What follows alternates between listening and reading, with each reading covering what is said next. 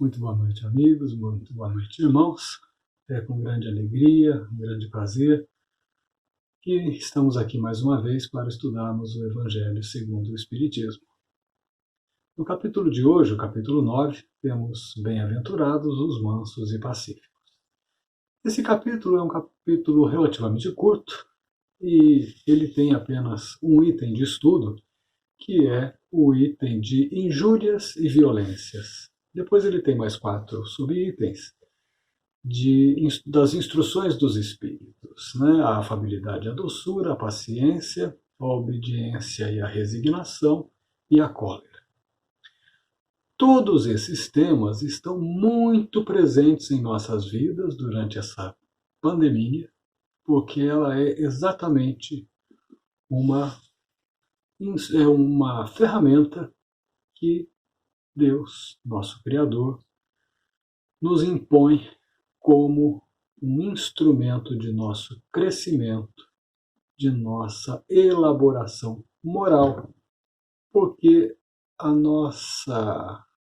nosso desenvolvimento intelectual já é suficiente para nós estarmos aqui fazendo imensas bobagens umas atrás das outras, onde nós estamos aqui buscando coisas que estão fora do alvo de nossas existências, e com isso nos é necessário um freio de arrumação para que nós possamos reavaliar todos os nossos compromissos morais, de forma que consigamos tirar melhor proveito dessa reencarnação no contexto em que estamos vivendo uma transição planetária. E Jesus, há 2000 anos, nos traz ensinamentos que não deixam de ser atuais, mas essa atualidade, ela estava presente em todos os dias dos 2000 anos que nos separam da passagem de Jesus. E as injúrias e as violências, elas modificam sua forma, modificam o instrumento utilizado para realizá-las, mas elas continuam nos atingindo porque nós as continuamos proferindo.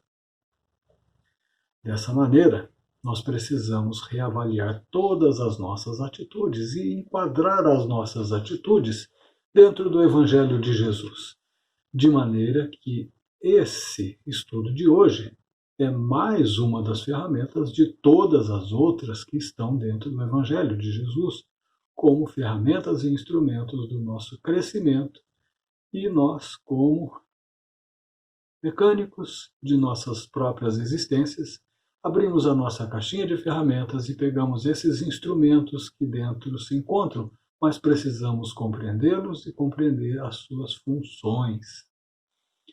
Então, quando nós vamos falar de injúrias e violências, nós vamos falar das bem-aventuranças, como o sentido inverso, né, como uma ferramenta de combater as injúrias e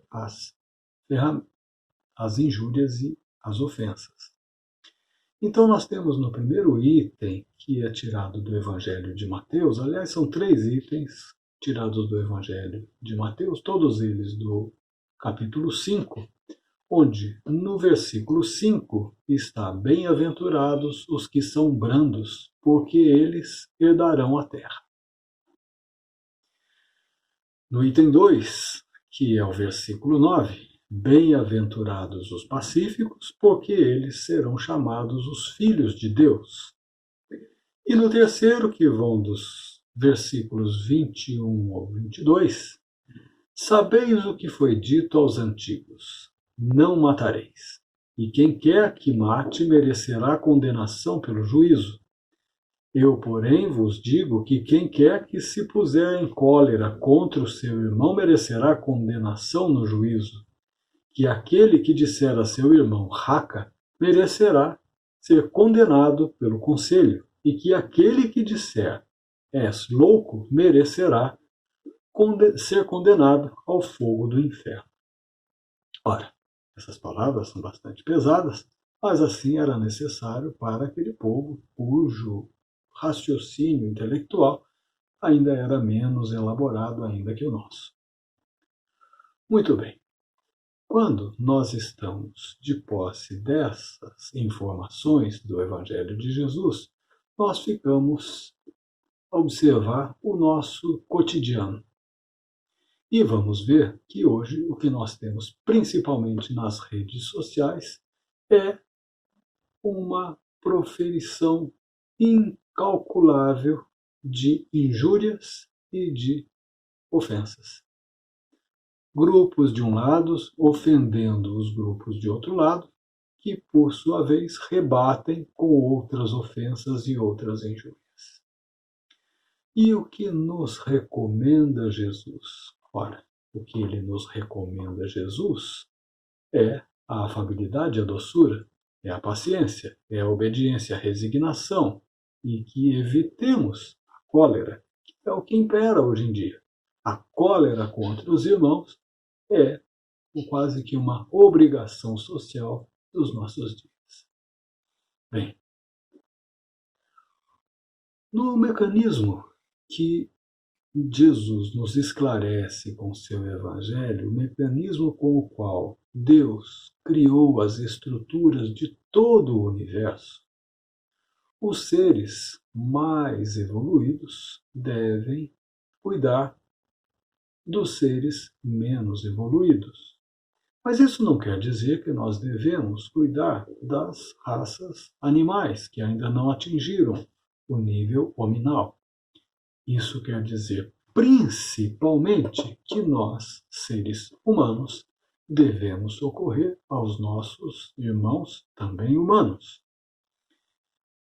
E vejam só, o mecanismo do universo nos impõe a caridade como um instrumento essencial e, aliás, Jesus coloca isso como a única condição de alcançarmos o reino de Deus. Ora, sendo assim, a providência divina que usa e abusa da caridade, ela se faz porque Deus interfere diretamente com suas mãos em nossas vidas? Não. Na verdade, Deus nos deu uns aos outros como seus instrumentos de ajuda, de providência para as necessidades daqueles que estão ainda vivendo dificuldades na sua existência. E vamos entender também que as dificuldades que uns têm são as dificuldades que outros não têm, mas que, por sua vez, aqueles que não têm essas dificuldades têm outras que podem ser acudidas por esses que têm aquelas, de forma que nos ajudamos mutuamente, com engrenagens que movem um sistema. Quando nós temos isso como uma questão clara em nossas mentes, nós vamos ver que o mecanismo que Jesus nos impõe é exatamente o contrário daquele que nós estamos assistindo e que estavam escritos em tudo o quanto era de comum desde que o mundo é mundo.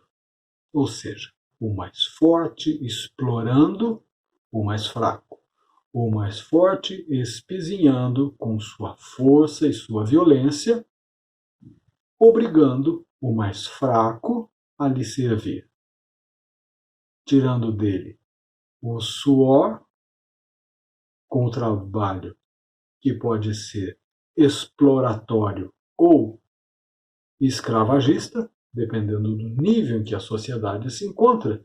Então nós já conseguimos superar há algum tempo a escravidão, mas nós não conseguimos ainda superar a exploração. E ainda estamos a explorar fartamente os nossos irmãos em todos os níveis. E aí, quando Jesus nos esclarece que os brandos possuirão a terra, ele está sinalizando que agora nesse nosso novo mundo que ainda virá, está se desenhando um expurgo de todos aqueles que não alcançaram a mansuetude, a brandura. Porque quando ele diz que os brandos possuirão a terra, ele está dizendo que a terra, que é a terra prometida, a terra do progresso moral, onde o amor vai se expandir e alcançar a todas as criaturas, e aqueles que não são mansos, que não são brandos, não poderão aqui habitar, porque a eles não haverá nenhum espaço. Que todos aqueles que se ajudam irão formar uma grande maioria para que, dessa forma, todos se ajudem mutuamente ao invés de se explorarem e agredirem mutuamente. Porque não vamos nos esquecer que a força, a brutalidade, é a arma daqueles que têm pouca razão. E aí nós vamos ter que Jean de La Fontaine, que nasceu em 1621 e morreu em 95, ele fez uma fábula onde há uma forma bastante crítica à sociedade da época contida nessa fábula. Essa fábula chama-se O Lobo e o Carneiro. E simplesmente ele coloca que a conclusão dessa fábula é levar à conclusão de que a razão do mais forte é sempre a melhor. Ou seja, o mais forte impõe a razão pela força. E a força está sempre associada à violência. Mas, 200 anos depois, veio Victor Hugo para inverter o raciocínio. E aí ele vem colocar que a razão do melhor é sempre a mais forte. Então, o homem melhor, o homem bom, o homem civilizado, o homem, sobretudo, evangelizado, ele possui essa força moral que é a razão que se impõe pelo nível de desenvolvimento moral e não pela potência da força embrutecida que até então estava predominando. Bem, nós de 1885, quando morreu Victor Hugo, até hoje, nós tivemos alguma evolução, obviamente, porque a Terra sempre evolui, e não só evolui na parte intelectual, como evolui na parte moral. Então hoje nós estamos vivendo grandes dilemas, por quê? Atrás de uma máscara de bondade, atrás de uma máscara de afabilidade, nós estamos praticando um egoísmo materialista insustentável. As nossas sociedades, todas, em todo o globo, de uma forma mais elaborada, de uma forma mais sofisticada ou de uma forma mais rudimentar, vive um grande materialismo, onde o grau de egoísmo e de individualidade chegou num ponto insustentável. Daí essa nossa grande pandemia, que a despeito de todo o bate-cabeça das autoridades, que não chegam a um acordo e cada um acusa o outro disso ou daquilo, até hoje nenhum cientista conseguiu chegar a uma conclusão que agradasse a todos, e nessa discussão insana do que deve ser feito, do que pode e do que não pode, estamos vivendo verdadeiros absurdos, e o que nós chamamos de pandemia tornou-se verdadeiramente um pandemônio. Mas tudo isso tem um objetivo muito maior, um objetivo espiritual.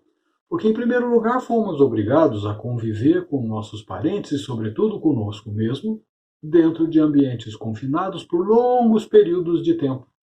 Ora, nós estamos confinados aqui em São Paulo desde a metade de março, portanto, já estamos há praticamente 4 meses de um confinamento que, em um grau maior ou menor, tem nos levado a meditar sobre tudo o que está acontecendo e, sobretudo, nós analisarmos as nossas próprias atitudes. Dessa maneira, nós temos uma ferramenta como essa análise da injúria e das ofensas, um mecanismo bastante eficaz para analisarmos o que nós estamos acompanhando, desde as mídias, dos jornais, dos chats, nos canais de rádio, nos canais de televisão, ou seja, em todos os meios de comunicação que sempre utilizamos, ou pelo menos que utilizávamos como meios de enriquecimento de nosso conhecimento e de nossa informação, nós estamos vendo um grande patrocínio das agressões, das injúrias e das ofensas. As acusações mútuas perderam totalmente o limite e estão atingindo o insustentável já há algum tempo. Estamos também verificando que dentro de nossos lares estamos vivendo desafios enormes. Esses desafios dizem respeito a uma necessidade de convivermos pacificamente com as pessoas de uma maneira mais contínua. Porque quando um sai para trabalhar, o outro sai para trabalhar, o outro sai para trabalhar, o outro sai para estudar, todos de dentro de um núcleo familiar se separam por um longo período de tempo durante o dia, voltam, sentam à mesa, falam uma meia dúzia de palavras, cada um no seu celular, cada um no seu aparelho, vai fazer os seus contatos externos, perde-se a intimidade do convívio familiar. E aí, quando a gente se depara com uma situação dessa, que não há outra coisa a fazer se não convivermos com o grupo familiar por longos períodos, o que nós estamos vendo é estresse, desgaste, brigas e um índice fabuloso de separações de casais. Também temos empresários desesperados cometendo desatinos de toda a ordem. E nós estamos vendo pais de família também desesperados. Temos muitas oportunidades de trabalhar a ajuda e a caridade a todos os nossos irmãos que estão à nossa volta.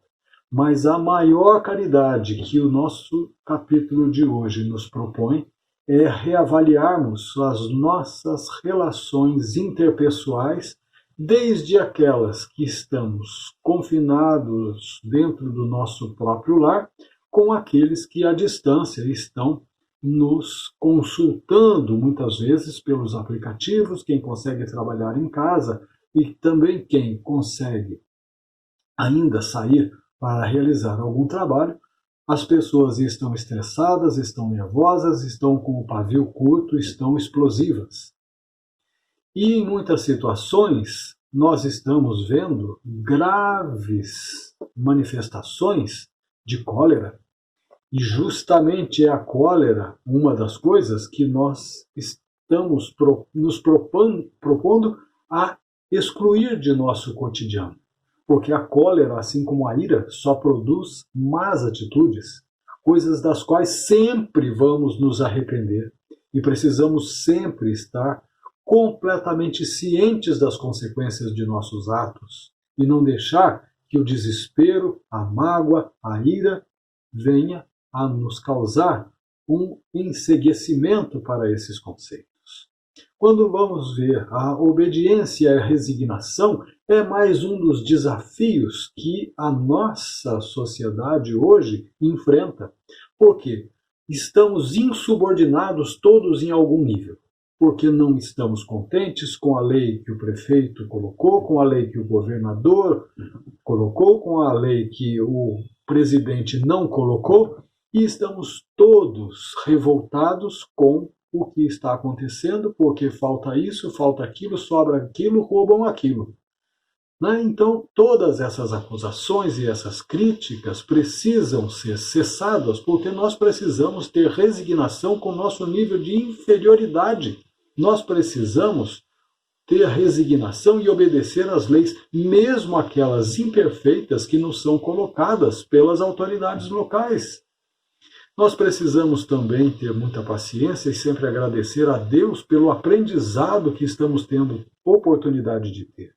E não podemos abrir mão nenhum instante sequer da afabilidade e da doçura, onde nós devemos tratar a todos os nossos semelhantes com esse grau de tratamento com o qual nós gostaríamos sempre de ser tratados, com afabilidade e doçura.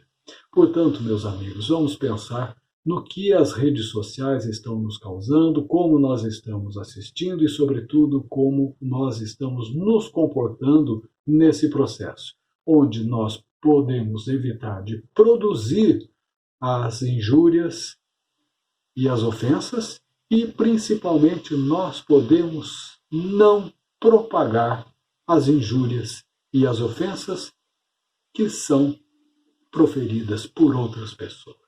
Então esse é o nosso recado de hoje. Eu agradeço a todos pela atenção e pelo carinho. Uma boa noite e fiquem todos com Deus.